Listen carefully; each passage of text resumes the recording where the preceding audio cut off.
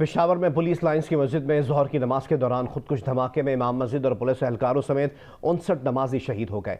150 से ज़ायद जख्मियों को lady reading अस्पताल पहुंचाया गया। धमाके से मस्जिद की 2 मंजिला इमारत गिर गई। सिक्योरिटी हुक्काम के मुताबिक अब भी कई अफराद मलबे तले दबे होने का खदशा है, जिन्हें निकालने के लिए रेस्क्यू ऑपरेशन जारी है। अब तक की इत्तलात के मुताबिक शोहदा में 5 सब इंस्पेक्टर, 1 ASI भी शामिल है, जबकि धमाके में एक खातून भी शहीद हुई हैं। पेशावर पुलिस लाइंस की मस्जिद में धमाके की जगह पर रेस्क्यू ऑपरेशन जारी है। मजीद जख्मी और जाँ बहक अफराद को मलबे से निकाला गया है। तफसीलात जानते हैं धमाके की जगह पर मौजूद नुमाइंदा जियो न्यूज़ रिजवान यूसुफ से। रिजवान, रेस्क्यू ऑपरेशन की क्या अपडेट्स हैं? जी बिल्कुल, देखें आज एक मरतबा फिर पेशावर जो है वो दहशतगर्दों के निशाने पर रहा और इस मरतबा जो पेशावर में जिस जगह को दहशतगर्दों ने निशाना बनाया है, वो जगह है जिसके चारों अतराफ में पुलिस जो है वो बैठी हुई है। और आज नमाज ज़ोहरैन के दौरान यहाँ पर जो है वो खुदकश हमला आवर ने ख़ुद को धमाके से उड़ाया और जिसके नतीजे में अब तक की इतलात के मुताबिक 60 के करीब जो लोग हैं वो शहीद हो चुके हैं, जबकि 170 से ज़्यादा लोग जो हैं वो ज़ख्मी हैं। इसी तरह से इस वक्त अगर हम बात करें तो अभी भी रेस्क्यू 1122 और फ़ौज की जो है यहाँ पर इमदादी कार्रवाइयाँ जारी हैं। चूँकि मस्जिद का वो हिस्सा जो मुनद्दम हुआ है वो पुराना था, जबकि मस्जिद के अतराफ़ में जो बना हुआ हिस्सा था वो नया था, उसको इतना नुकसान नहीं पहुँचा, जबकि जो पुराना हिस्सा है इसके नीचे गिरा। उसके अंदर जो है वो बड़े बड़े छतों पर लगे हुए बीम्स थे। बीम्स गिरने की वजह से भी जो है उसके जो नमाजी थे वहाँ पर मौजूद वो इस वक्त अभी भी अंदर मलबे तले हैं, जिनको हम देख सकते हैं। हमने फुटेज में भी देखा कि जिस तरह से बीम को तोड़कर उसके अंदर से उन लोगों को निकाला जा रहा है। ताहाल अभी भी अगर हम बात करें तो रेस्क्यू 1122 के मुताबिक उन्होंने ये बताया कि जो रेस्क्यू ऑपरेशन है ये मज़ीद 4 से 5 घंटे तक जारी रहने का उन्होंने इम्कान ज़ाहिर किया गया है। इसी तरह से अगर हम इस धमाके से रिलेटेड जो है वो इस जगह से रिलेटेड बात करें तो ये यहाँ पर 8 के करीब जो है वो पुलिस के यूनिट्स हैं, मुख्तलिफ यूनिट्स हैं और ये इंतहाई हसास एरिया है। यहाँ पर गेट के ऊपर तकरीबन 10 के करीब जो है वो एहलकार मौजूद होते हैं, जो आपसे इन्वेस्टिगेशन करने के बाद आपको अंदर जाने की इजाज़त देते हैं। और ये पेशावर पुलिस लाइन के अंदर पहला धमाका है, पहला खुदकुश धमाका है जो आज यहाँ पर हुआ है, जिसके नतीजे में एक बड़ी तबाही यहाँ पर हमने देखने को मिली है। इसी तरह से यहाँ पर अगर हम बात करें तो अंदर बैरिक्स हैं, जहाँ पर पुलिस वाले जो हैं वो आगे रुकते हैं। डिफरेंट कांस्टेबल सिपाही एहलकार जो है मनाजिर में भी देख सकते हैं कि एक शख्स जिसको यहाँ से भी अब से कुछ देर पहले रेस्क्यू किया गया है, ये कोशिशें जारी थी। अब से कुछ देर पहले के मनाजिर हैं जब इस शख्स जो मलबे की तरह दबा हुआ था और यहाँ पर रेस्क्यू जो ऑपरेशन जारी है, जो रेस्क्यू के एहलकार यहाँ पर मौजूद हैं, उन्होंने सख्त ऑपरेशन किया, बड़ा मुश्किल ऑपरेशन करते हुए इस शख्स को रेस्क्यू कर लिया है और ये शख्स जिंदा है। वज़ीर दाखिला राना सनाउल्लाह का कहना है कि कालादम TTP को हमारे एक हमसाया दोस्त मुल्क में महफूज पनागाहें मैसर हैं, वो वहाँ बैठ कर प्लानिंग करते हैं और यहाँ आकर बड़े आराम से कार्रवाई कर डालते हैं। तालिबान को हमारे एक हमसाया दोस्त मुल्क में जो है वो सेफ़ हेवन्स मैसर हैं, वो वहाँ पे बैठ के अपनी प्लानिंग करते हैं और वहाँ से बड़े आराम से उठते हैं और आके कोई ना कोई जो है वो कार्रवाई डालने में कामयाब हो जाते हैं। ये जो केस है उसको तो खुद साबिक वज़ीर आज़म कमज़ोर करते हैं कि वो तो मौजूद हैं यहाँ पर, उनको तो रिहेबिलिटेट करने के लिए लाया गया था तालिबान को।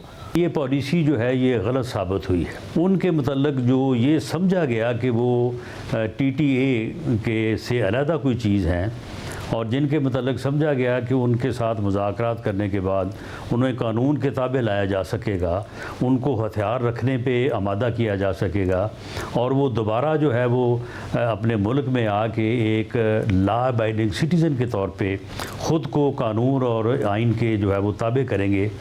ये सोच और इसके ऊपर अमल दरामद जो है ये कामयाब नहीं हो सका। इसके जो है वो असरात बिल्कुल उलट हुए हैं। इसके मुखालिफ पॉलिसी जो है वो अपनाई जा रही है, तो इसमें कुछ थोड़ा वक्त ज़रूर लगेगा, लेकिन आप ये देखेंगे कि इसमें जो है वो कामयाबी जो है वो इंशाअल्लाह ताला हर कीमत पे होगी। हमें अफ़गानिस्तान हुकूमत के साथ ये डायलॉग और ये बात करनी होगी। उनका न सिर्फ हमारे साथ बल्कि पूरी दुनिया के साथ वादा है कि वो अपनी सरज़मीन को किसी भी मुल्क के ख़िलाफ़ दहशतगर्दी के लिए इस्तेमाल नहीं करने देंगे। आगे बढ़े और आपको बताएं कि खानेवाल में हसास इदारे के अफसरान को शहीद करने वाला दहशतगर्द खुफिया इत्तलात पर ऑपरेशन के दौरान हलाक कर दिया गया। कुरम एजेंसी में कानून नाफिज करने वाले इदारों ने मुश्तरका कार्रवाई करके दहशतगर्द उमर नियाजी को जख्मी हालत में गिरफ्तार किया। दहशतगर्द कुछ देर जेर इलाज रहने के बाद हलाक हो गया। खानेवाल में 3 जनवरी 2023 को ISI के डायरेक्टर नवीद सादिक और इंस्पेक्टर नासिर अब्बास को उमर नियाजी नामी दहशतगर्द ने फायरिंग करके शहीद किया था। कानून नाफिज करने वाले इदारों ने इंटेलिजेंस की बुनियाद पर कुरम एजेंसी में मुश्तरका कार्रवाई की और दहशतगर्द उमर नियाजी को जख्मी हालत में गिरफ्तार किया। तहम दौरान इलाज वो हलाक हो गया। सिक्योरिटी फोर्सेज और इंटेलिजेंस इदारों ने मुल्क से दहशतगर्दी के मुकम्मल तौर पर खात्मे के अज़म का इजहार किया है। रावलपिंडी में गुज़िश्ता रोज शेख रशीद अहमद के ज़ेर इस्तेमाल लाल हवेली समेत 7 जायदादों को सील कर दिया गया। मतलूका वक्फ इमलाक के अमले ने पुलिस और FIA की नफरी के साथ पहुंचकर दरवाजों को ताले लगाकर मोहर लगा दी। हुक्काम के मुताबिक लाल हवेली और इससे मुंसलिका प्रॉपर्टी के 7 यूनिट्स सील किए गए हैं, जिनमें 4 दुकानें भी शामिल हैं। 2 दुकानों पर शेख रशीद ने अपना दफ्तर बना रखा था। शेख रशीद और इनके भाई लाल हवेली समेत मतलूका वक्फ इमलाक की 7 अराजियों पर गैर कानूनी काबिज हैं। कार्रवाई रुकवाने के लिए शेख रशीद की दरख्वास्त भी अदालत ने खारिज कर दी है। लाल हवेली के अंदर रिहायशी हिस्से को सील नहीं किया गया। शेख रशीद ने वाक़े के खिलाफ लाहौर हाईकोर्ट पिंडी बेंच में दरख्वास्त दायर कर दी। शेख रशीद ने एक ताला भी तोड़कर दिखा दिया। इत्तलात के मुताबिक शेख रशीद ने लोगों के सामने वो ताला तोड़ा जिस पर मोहर नहीं लगी हुई थी। शेख रशीद ने कहा कि लाल हवेली हमारी मिल्कियत नहीं तो मुझे चौक पर लटका दिया जाए। मतलूका वक्फ इमलाक के डेप्यूटी एडमिनिस्ट्रेटर आसिफ खान ने जियो न्यूज़ को बताया कि लाल हवेली के 7 यूनिट्स मतलूका वक्फ इमलाक की मिल्कियत हैं, जिनसे मुतालिक शेख रशीद और इनके भाई शेख सिद्दीक को मुतअद्दिद नोटिस जारी किए गए हैं। लाल हवेली में 2 यूनिट्स शेख रशीद जबकि 3 यूनिट्स इनके भाई शेख सिद्दीक के जेर कब्जा हैं। 2 यूनिट्स पर दीगर 2 अफराद का कब्जा है। शेख रशीद ने मतलूका वक्फ इमलाक की कार्रवाई रोकने के लिए मकामी अदालत में हुक्म इम्तनाई की दरख्वास्त दी थी, जो अदालत ने खारिज कर दी। शेख रशीद का मौक़िफ़ है कि मतलूका वक्फ इमलाक की कार्रवाई गैर कानूनी है, क्योंकि इनके पास लाल हवेली की दस्तावेजात मौजूद हैं। डेप्यूटी एडमिनिस्ट्रेटर वक्फ इमलाक आसिफ खान ने शेख रशीद की दस्तावेजात को जाली करार दिया है। शेख रशीद ने मतलूका वक्फ इमलाक की कार्रवाई को लाहौर हाईकोर्ट रावलपिंडी बेंच में चैलेंज कर दिया है। दीगर खबरें शामिल करें और आपको बताएं कि वज़ीर मजहबी उमूर मुफ्ती अब्दुल शकूर ने DG हज की तैनाती से मुताल्लिक़ खातून उम्मीदवार के इल्ज़ामात को औरत काट करार दे दिया। एक बयान में सिनफी इम्तियाज़ के इल्ज़ाम से इनकार करते हुए कहा कि आईनी ओहदे पर बैठ कर ख़वातीन के साथ सिनफी इम्तियाज़ का तसव्वुर भी नहीं कर सकता। इस्लामी तालीमात, आईन पाकिस्तान से इन्हिराफ और इंटरव्यू पैनल में शरीक दीगर आला तरीन अफसरान की राय पर कैसे असरअंदाज हो सकता हूँ। मुबैना ऑडियो में इंटरव्यू के बाद की गैर रस्मी गुफ्तगू को काट छांट कर पेश किया गया। वज़ीर मजहबी उमूर मुफ्ती अब्दुल शकूर ने कहा कि बेबुनियाद इल्ज़ामात के बावजूद खातून अफसर की इज़्ज़त व एहतराम करता हूँ। खातून अफसर ने अदालत से रुजू कर रखा है, मौज़िद अदालत जो भी फैसला करे कबूल होगा। वज़ीर मजहबी उमूर ने इल्ज़ाम आयद किया कि मीडिया ने औरत कार्ड इस्तेमाल करते हुए सनसनी पैदा की। ये भी दावा किया कि इल्ज़ामात से कबल खातून ने तैनाती के लिए सियासी तौर पर असरअंदाज होने की कोशिश की थी। मुफ्ती अब्दुल शकूर ने कहा कि DG हज की तैनाती के लिए टेस्ट और इंटरव्यूज़ में तमाम मुरवजा कवानीन की पैरवी की गई है।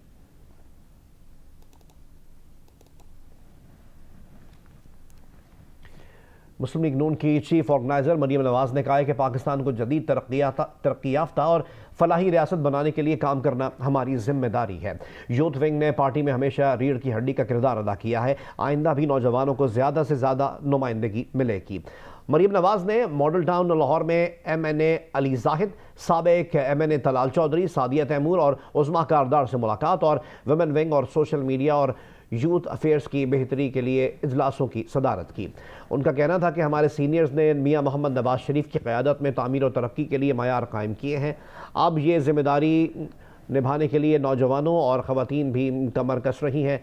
नून लीग वाहिद जमात है जो मुल्क और कौम की वसी खिदमत का जज्बा रखती है।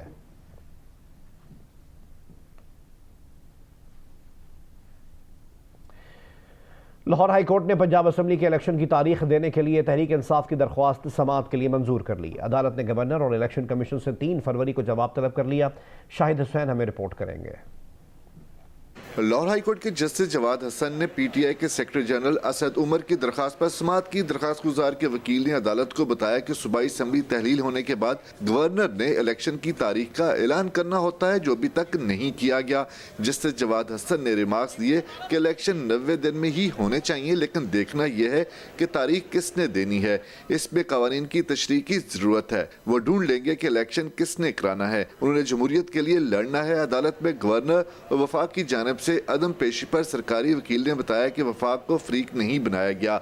अदालत ने निशानदेही की कि दरख्वास्त में इलेक्शन कमीशन को भी फ्रीक नहीं बनाया गया, जिस पर बैरिस्टर अली जफर ने कहा कि वो अभी फ्रीक बना लेते हैं। अदालत के इस्तफसार पर असद उमर ने बताया कि खैबर पख्तूनख्वा के इलेक्शन के लिए पटिशन 31 जनवरी को दायर की जा रही है। शाहिद हुसैन, जियो न्यूज़, लाहौर। साबिक वज़ीर आला पंजाब परवेज़ इलाही के प्रिंसिपल सेक्रेटरी मोहम्मद खान भट्टी ने ट्रांसफ़र पोस्टिंग के लिए 2 करोड़ रुपए और 2 मखसूस कंपनियों को काम देने के लिए 10 करोड़ रुपए रिश्वत वसूल की। केस के शरीक मुलजिम और साबिक एक्सियन हाईवे राना इकबाल का एतराफ़ी बयान ये सामने आया है। एक्शन हाईवे राना मोहम्मद इकबाल के साबिक वज़ीर आला परवेज़ इलाही के प्रिंसिपल सेक्रेटरी मोहम्मद खान भट्टी के खिलाफ संगीन इल्ज़ामात। उन्होंने जुडिशल मजिस्ट्रेट की अदालत में इतराफ़ी बयान जमा करा दिया और लिखा कि वो इतराफ़ी बयान ज़मीर का बोझ उतारने के लिए दे रहे हैं। एक्शन हाईवे राना मोहम्मद इकबाल ने लिखा कि मोहम्मद खान भट्टी चौधरी परवेज़ इलाही और मोनस इलाही के फ्रंटमैन हैं। ज़का नामी शख्स ने उनका मोहम्मद खान भट्टी से तारफ़ कराया। मोहम्मद खान भट्टी ने 10 लाख रुपया रिश्वत के एवज़ उन्हें एक्सियन M&R गुजरात तैनात कराया, जहाँ काम शुरू किया तो इब्तदाई 3 माह में मोहम्मद खान भट्टी को तकरीबन 3 करोड़ रुपए पहुँचाए। मोहम्मद खान भट्टी ने उनका तबादला बतौर SDO हाईवे भालिया करा दिया, जबकि एक्सियन हाईवे मंडी भाउद्दीन का इजाफी चार्ज भी दिलवा दिया। मोहम्मद खान भट्टी ने जुलाई में कंट्रैक्टर्स को नए काम देने के लिए बड़ी रकम का मुतालबा किया। भालिया में तैनाती के दौरान मोहम्मद खान भट्टी को 25 करोड़ रुपए इकट्ठे करके GR1 लाहौर में उनकी रहायशगाह पर पहुंचाए। मोहम्मद खान भट्टी ने उन्हें महकमे के अफसरान को मनपसंद असामियों पर तैनातियों की मद में पैसे इकट्ठे करने का टास्क सौंपा। मोनस इलाही की मौजूदगी में मोहम्मद खान भट्टी ने 2 कंपनियों को काम देने का हुक्म भी दिया। उन्होंने मोहम्मद खान भट्टी को मुख्तलिफ ठेकों से 50 करोड़ रुपए पहुंचाए। 50 करोड़ रुपए रिश्वत देते वक्त रहायशगाह पर मोनस इलाही और दीगर भी मौजूद थे। आजम मलिक, जियो न्यूज़, लाहौर। एक बार दोबारा बात करते हैं पेशावर धमाके की। वज़ीर आज़म शहबाज शरीफ ने पेशावर पुलिस लाइंस मस्जिद में धमाके पर IG पुलिस से बासपुरस की और पूछा कि खुदकुश हमलावर कैसे पुलिस लाइंस में दाखिल हो गया। वज़ीर आज़म शहबाज शरीफ ने पेशावर पुलिस लाइंस मस्जिद में धमाके पर IG मौज़म जान अंसारी से इस्तफसार किया कि पुलिस लाइंस में दाखिले का एक ही गेट है, हमलावर कहाँ से आया, हमलावर अंदर कैसे दाखिल हो गया। IGP ने जवाब दिया कि पुलिस लाइंस में फैमिली क्वार्टर्स भी हैं, क्या पता हमलावर कहाँ से आया और कैसे दाखिल हो गया, हो सकता है कि हमलावर पहले से ही अंदर रह रहा हो। IGP खैबर पख्तूनख्वा ने कहा कि तहकीकात कर रहे हैं कि वाक़या कैसे पेश आया और हमलावर कैसे दाखिल हुआ।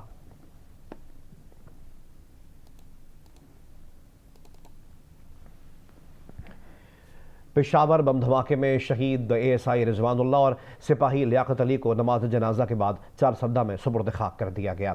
पुलिस के ASI रिजवानुल्लाह शहीद की नमाज जनाजा तबलीगी मरकज़ चारसद्दा में अदा की गई, जिसमें DPO सोहेल खालिद और DC कासिम अली ने शिरकत की। पेशावर धमाके में शहीद सिपाही लियाकत अली की नमाज जनाजा आबाई गाँव पड़ांग में अदा की गई। शोहदा की नमाज जनाजा में लोगों की बड़ी तादाद ने शिरकत की, जिसके बाद उन्हें मकामी कब्रिस्तान में सुपुर्द खाक कर दिया गया। कोहाट में पेश आए वाक़े से मुतालिक आपको अपडेट करें। कोहाट के तांडा डैम में डूबने वाले मजीद 13 बच्चों की लाशें निकाल ली गईं। डिप्टी कमिश्नर के मुताबिक जाँ बहक बच्चों की तादाद अब बढ़कर 30 हो गई है।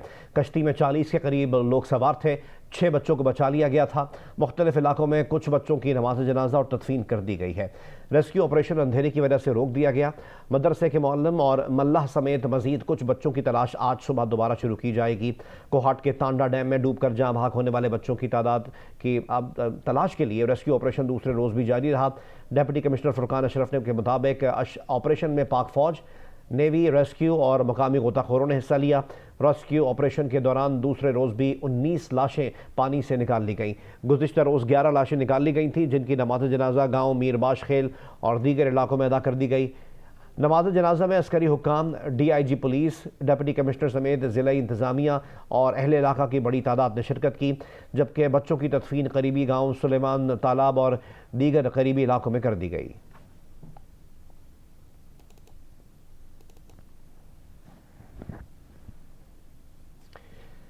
कराची के इलाके औरंगी टाउन में नामालूम अफराद की फायरिंग से एक शख्स जाँ बहक हो गया। इब्तदाई तौर पर वाक़या ज़ाती दुश्मनी का मालूम होता है। औरंगी टाउन के सेक्टर 11.5 में मोटरसाइकिल सवार मुलजमान की फायरिंग से आतिफ नामी नौजवान मौके पर ही दम तोड़ गया। पुलिस हुकाम का कहना है कि आतिफ को सर में एक गोली लगी, जो कि जानलेवा साबित हुई। वाक़े के वक्त मकतूल एक सिक्योरिटी इदारे की जैकेट भी पहना हुआ था। पुलिस हुकाम ने मजीद बताया कि इब्तदाई तौर पर वाक़या ज़ाती दुश्मनी का शाखसाना मालूम होता है। वाक़े की मज़ीद तहकीकात जारी है।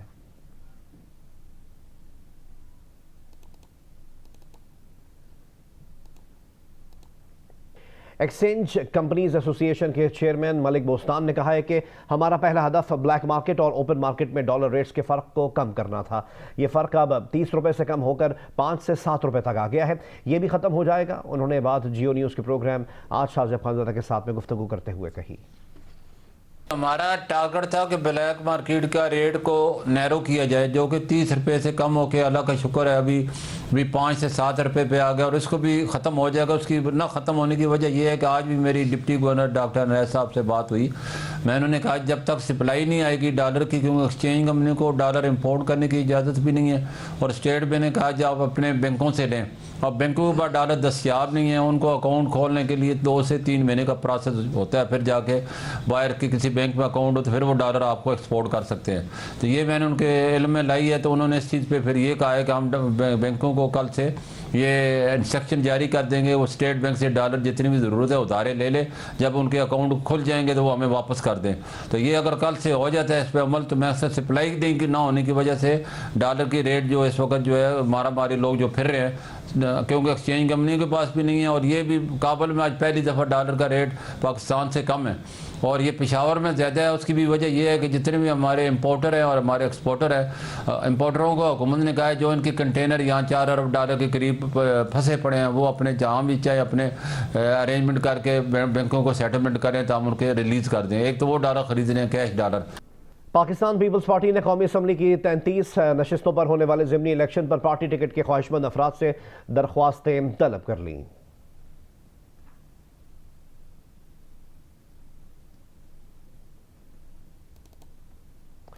आगे बढ़े और आपको बताएं कि फ़लस्तीन इसराइल तनाज़े की हलाकत खेज़ शिद्दत को कम करने के लिए अमरीकी वज़ीर ख़ारजा एंटनी ब्लिंकन तल अवीव पहुँच गए हैं।